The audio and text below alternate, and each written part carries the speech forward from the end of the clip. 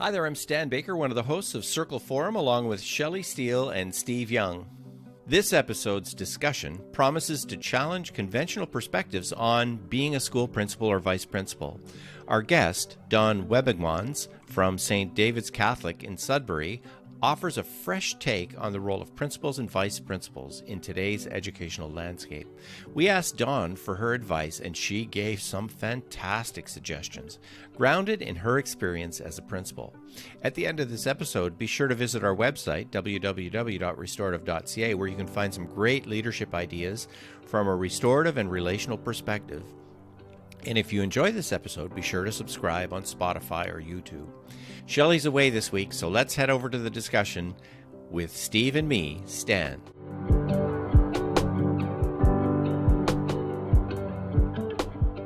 Welcome, Dawn, to our podcast. Thank you very much. I'm very honored to be here. What's your advice to new principals and vice principals? I have been around for a very long time. So the things that I would say now as advice is very different from what I would have said 20 years ago. So 20 years ago, my advice would have been very different. Looking at things today, when I look at the educational landscape, it's more the soft skills that are really important in running a school. So that comes from my heart. And it's more of a leadership style that's more circular rather than linear. So I'll explain what I'm talking about when I say that. I love the sound of this. You had me at circular, okay? Okay. So circular leadership means it is more of a holistic model of leadership.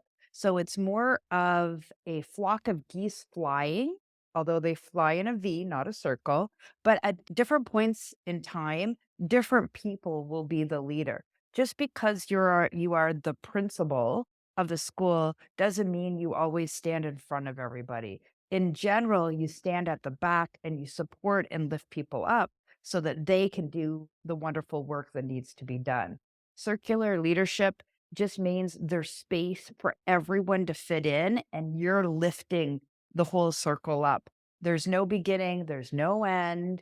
It's more of a participatory style rather than many years ago, the principal was the boss. The principal was not the manager, but more the boss. The buck stopped here. Whereas now it's more of an ebb and a flow type. And you also have lots of people in your buildings that are extremely talented. And sometimes if you take on the role of the boss in a heavy tone, those people with all those special gifts don't get to shine and you actually miss out on all their wonderful gifts. My first example is for principals. So the very first one is be an active participant in your school. So for example, you're not only the administrator and potentially the planner and the organizers.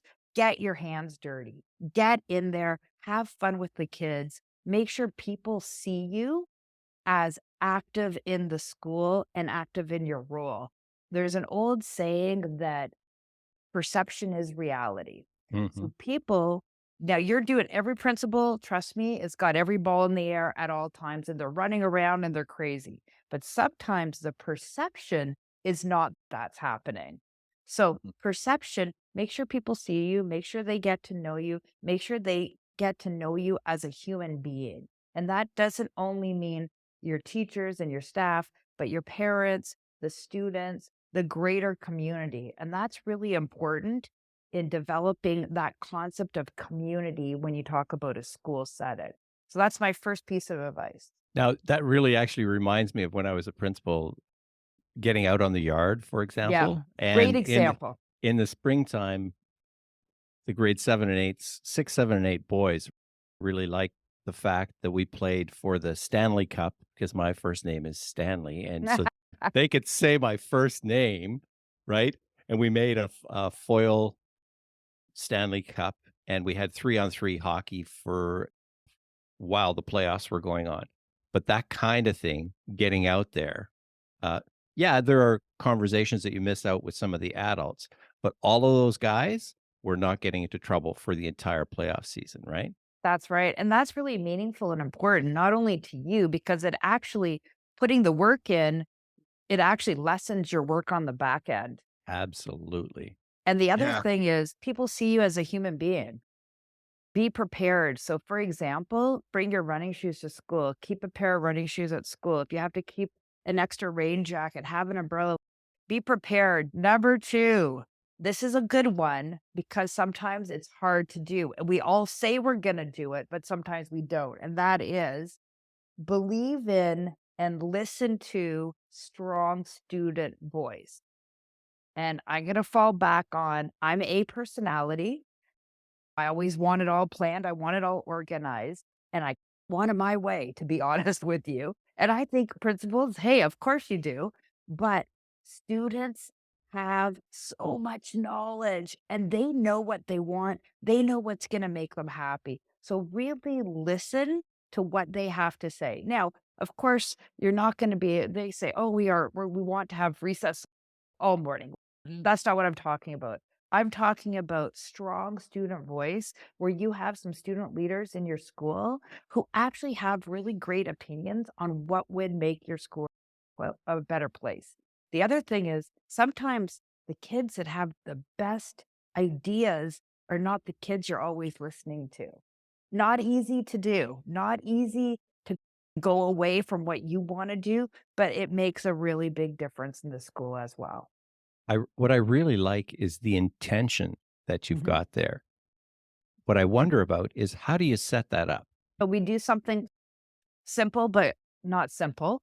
We at our school do actual, not surveys, but writing competitions. So, one page, simple and sweet, ask a very simple question about what the kids would like to see in the school. They don't do it at school, they take it home. So, they talk to their parents, they do whatever. There's a visual component so they can draw a picture, they can write words. It's from grade 1 to grade 6.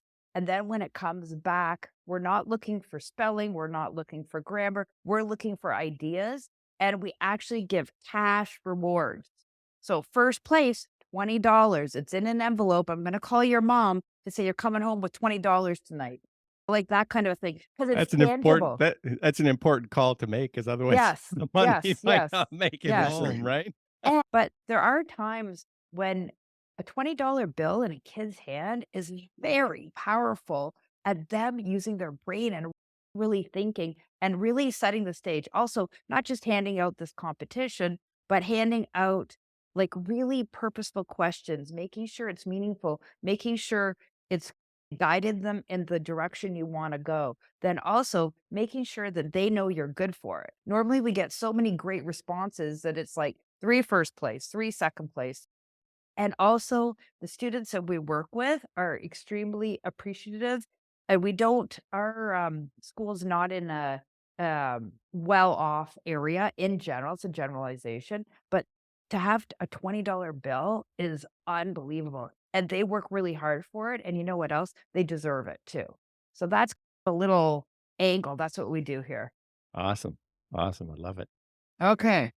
Next one, and this is for schools that I always speak about Indigenous angles, but this is for in general to support multiculturalism, to support inclusivity, to support Indigenous well being, and all those good things. When you walk into your school building, take off your you're not the principal, you are a parent walking in, and really measure what your school offers visually. Don't talk to anybody. When you walk in the building, is it warm? Is it inviting? Are the colors in the building warm, reflective? Do you have things on the walls that represents all of your student population? Do you have avenues to ceremony? Do you have avenues to say that this group of the population were amazing math people at a certain generation? Like, are you celebrating not only diversity, but are you celebrating diverse accomplishments throughout history? And that is really important. And let's just say you don't have a school that's diverse. It's almost, actually, it is. It's just as important because everybody needs to hold that knowledge.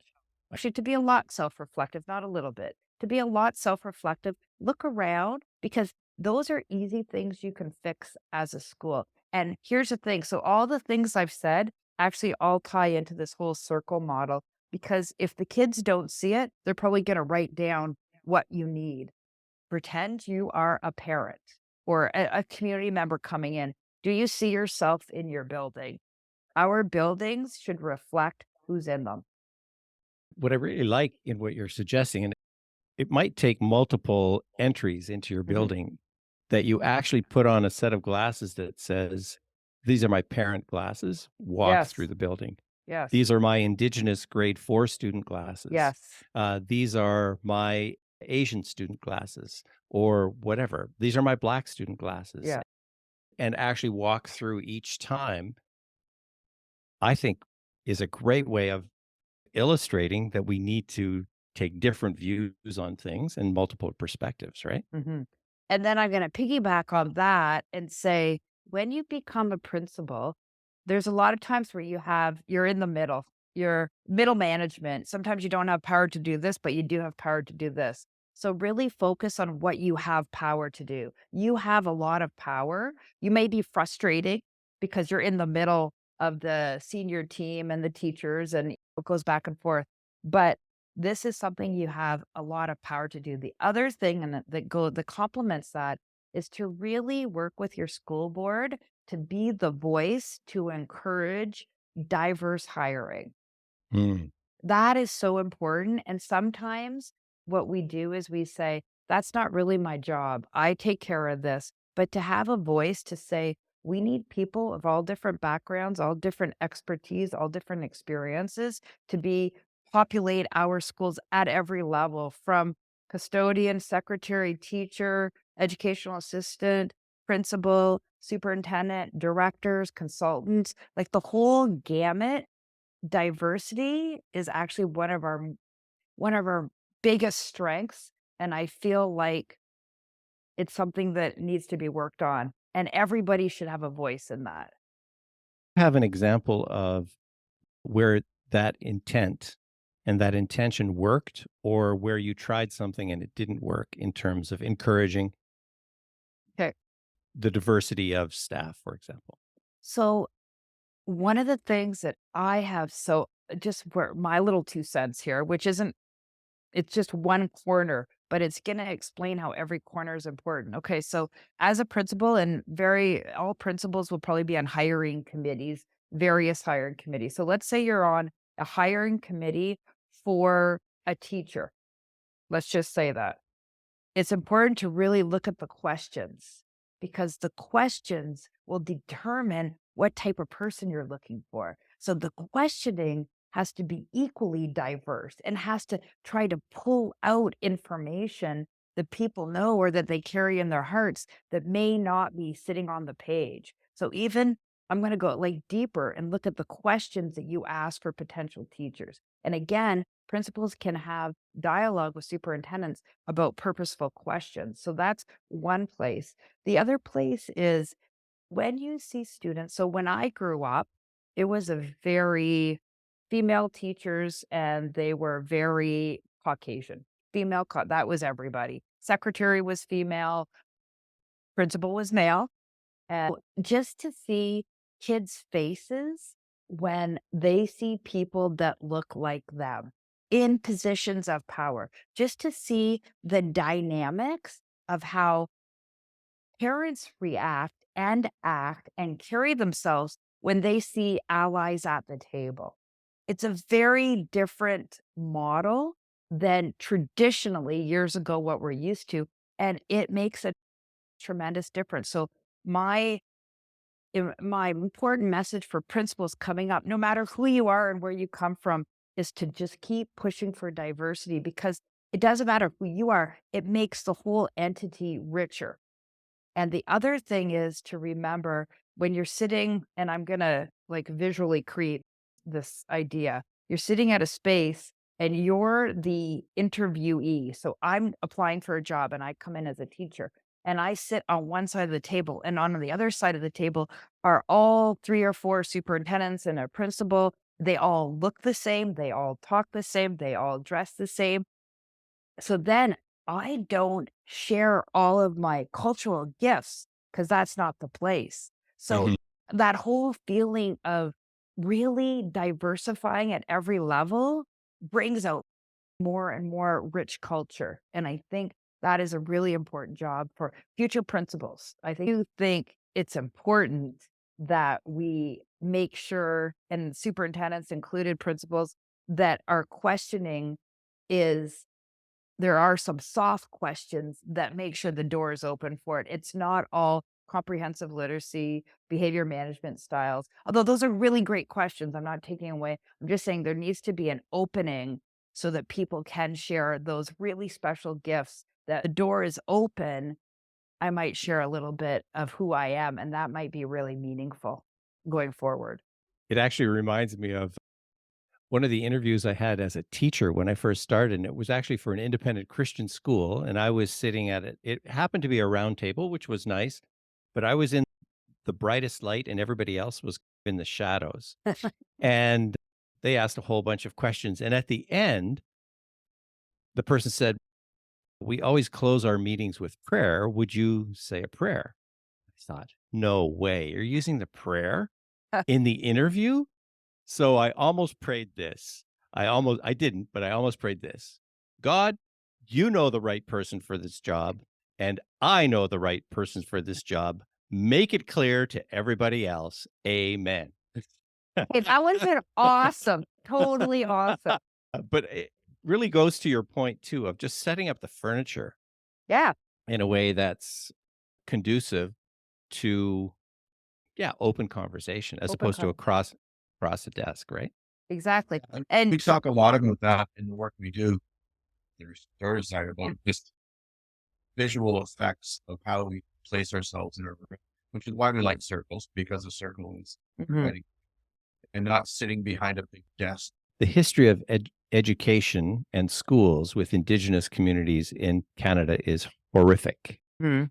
And as a result, I wonder how to encourage Indigenous folks to become teachers when the history of schools hasn't been all that great. I have a real simple solution. Make their educational experience the most awesome thing ever so that when they graduate, they will want to get into the field. Sometimes we're thinking the short game and we should be playing the long game. We should be offering Ojibwe language classes. Every school board wants teachers that have Indigenous language training. Let's start offering it in our schools. Even if we only have 5 kids, we have 5 kids. Let's go. There has to be a starting point for that. And I feel like in general over the years, now don't get me wrong, great strides have happened. Lots of ministry folks are working really hard. Lots of schools are working really hard. The Anishinaabeg education system is working really hard. There's all kinds of people and they're doing great things. That being said, if I want little Johnny down the hall to become a teacher in 15 years, this has to be the best place that he is. He needs to be successful. He needs to be happy. He needs to feel like he can be on top of the world and do anything. So I think the answer is actually quite easy. We have to invest in the future, which is investing in the kids, making sure that all those things are in place. So when they graduate, they come right back where they were and they become amazing teachers. And then the circle continues over and over again. I guess the question from a leader's point of view is how do you encourage all of the staff to come to that same point of view, that same attitude? Because not everybody is, let's No, be honest. fair Um, enough. The other thing I would advise for new principals, and this is another hard one because it's time management. And that's super hard when you're, especially when you're brand new, because your time is so valuable and there's so much to do. And to be honest, the administrative component is very heavy. But that being said, I say take a step to the left and co teach, co plan, get in there and get your hands dirty. I really believe personally in teaching on the land and being outdoors. For me, that's really meaningful. So I make sure that I find time in my day to get outside with teachers, because some teachers who are brilliant and amazing and want to really do amazing things are a little bit nervous to push the envelope, and you need to stay safe, but you're still taking a risk because I want you outside. And we have lots of bush, so we are Hmm. able to do this. So if the principal goes with you, you feel confident. You feel like if something happens, she's in trouble too, not just me. So I feel, and I don't have to, I can be like a student and I can be learning, and I also can be fumbling around and I can be making mistakes and owning that I made a mistake. So I think for your question in particular, co-teach, co-learn, co-plan, and make mistakes and actually own that you made a mistake so that your teachers are modeling what you want people to do. You're modeling it for your kids. You're modeling it for your staff members. And in the big picture of everything, you're actually having a lot of fun together. So you're building all those relationships. Sometimes I think we overthink. Do you know what I mean? Like, how am I going to do this? What am I going to do? And sometimes the answer is a little bit simple, but it comes back to that time management. And that's not easy for a brand new administrator. That's really difficult, but it'll actually make you happier too. And if you're not having a great day, I always suggest walking down and spending some time in the kindergarten room, Yes. because regardless of what the 6, 7s, and 8s may think Yes. of you as a principal, those kids love the ground you walk on. Yes. And but that's some self-care at Yeah. school, right? It is. It's the going outside because you also need it. It's the Yeah. having some positive interactions with kids outside of a discipline situation or a very difficult conversation with a parent Mhm. kind of thing too. Mhm. You also get to know the kids and the teachers better. So then, let's say you do that, then there is a difficult moment with a parent and a teacher. You've stood beside that teacher, but you've also stood beside their student. So that whole relationship that you're putting in, and it goes back, it's a lot of work at the beginning, but it makes it easier at the end. So when a difficult situation comes up, you have a very different relationship with people. Yeah. It also builds your confidence as a principal. So Oh, when you're yeah. talking with parents, I'm speaking confidently that I've never seen that, or I'm speaking confidently, this is what I see. You mentioned the word earlier, Don, mistakes. Mhm. And I'm wondering if you're willing to share any stories of maybe mistakes you made early on that have Mm. changed your practice. I've made a ton of mistakes, just so you know. I just got to pick which ones I'm going to talk about. Okay. So a long time ago, okay, so there's a very thin line, and it's not a big mistake.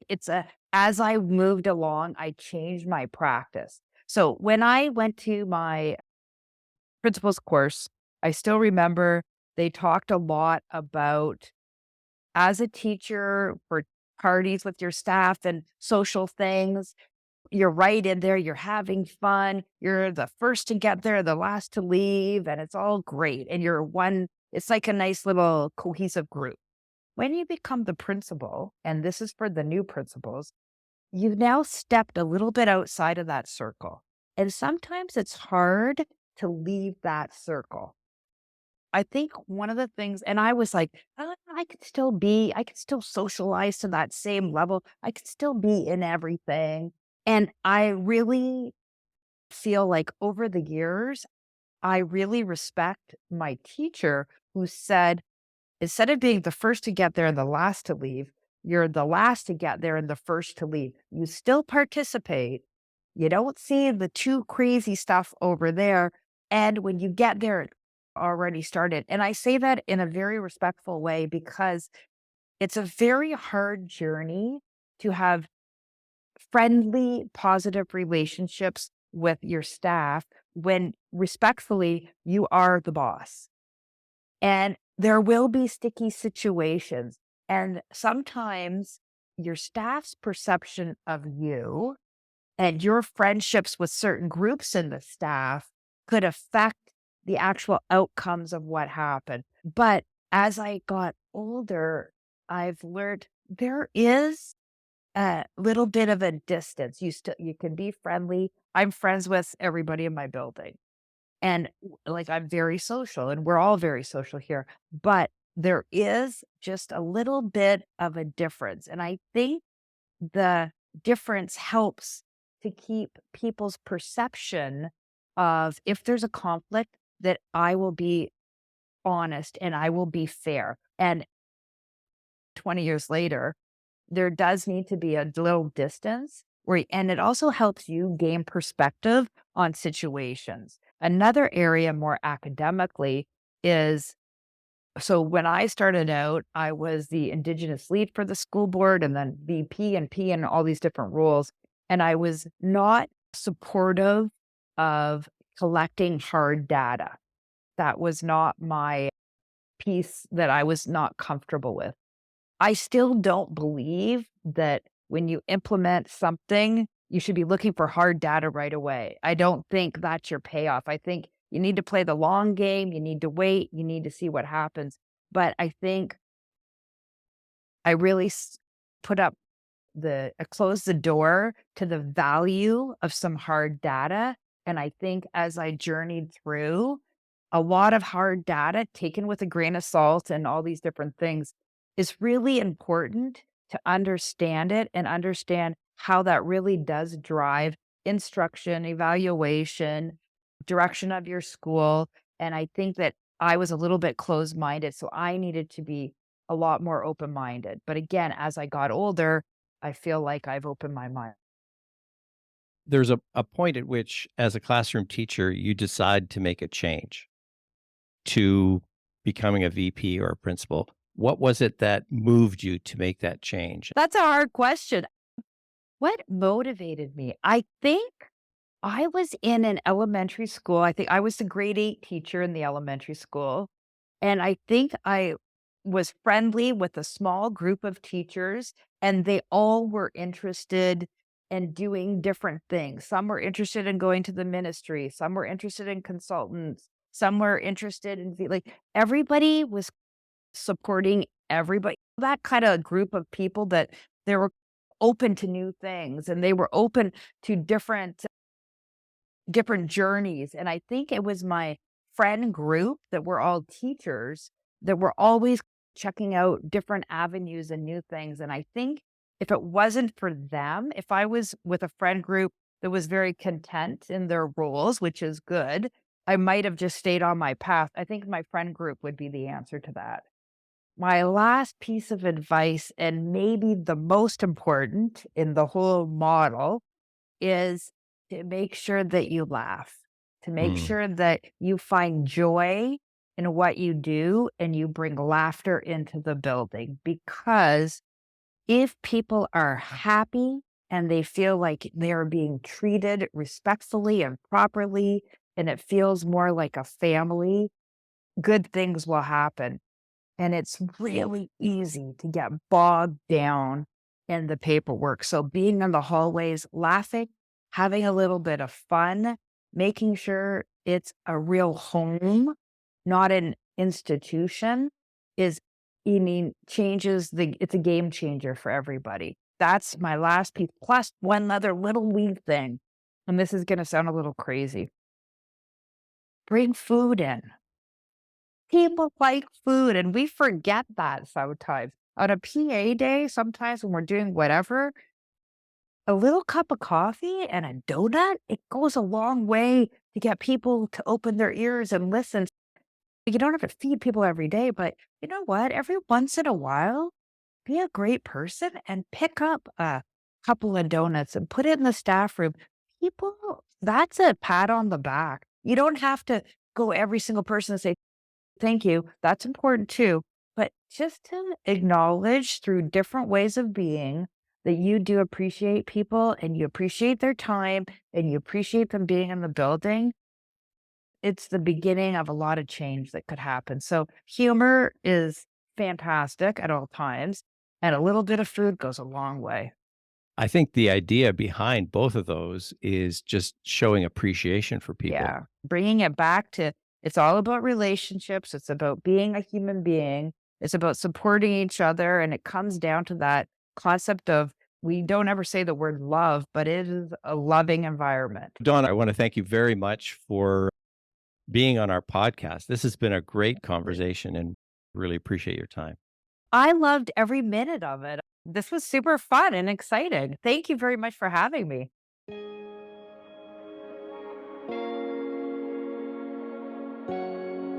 Wow, that's a lot of excellent and actionable advice for new principals and vice principals provided by Don Wemigwans. Whether it's embracing circular leadership, listening to student voices, or promoting inclusivity, there are tangible steps that principals and vice principals can take to thrive as school leaders. Find out more about our work with restorative practices and school leaders at www.restorative.ca. Leading schools is an important and worthwhile calling as a principal or a vice principal, so let's commit to implementing Don's advice in our own schools.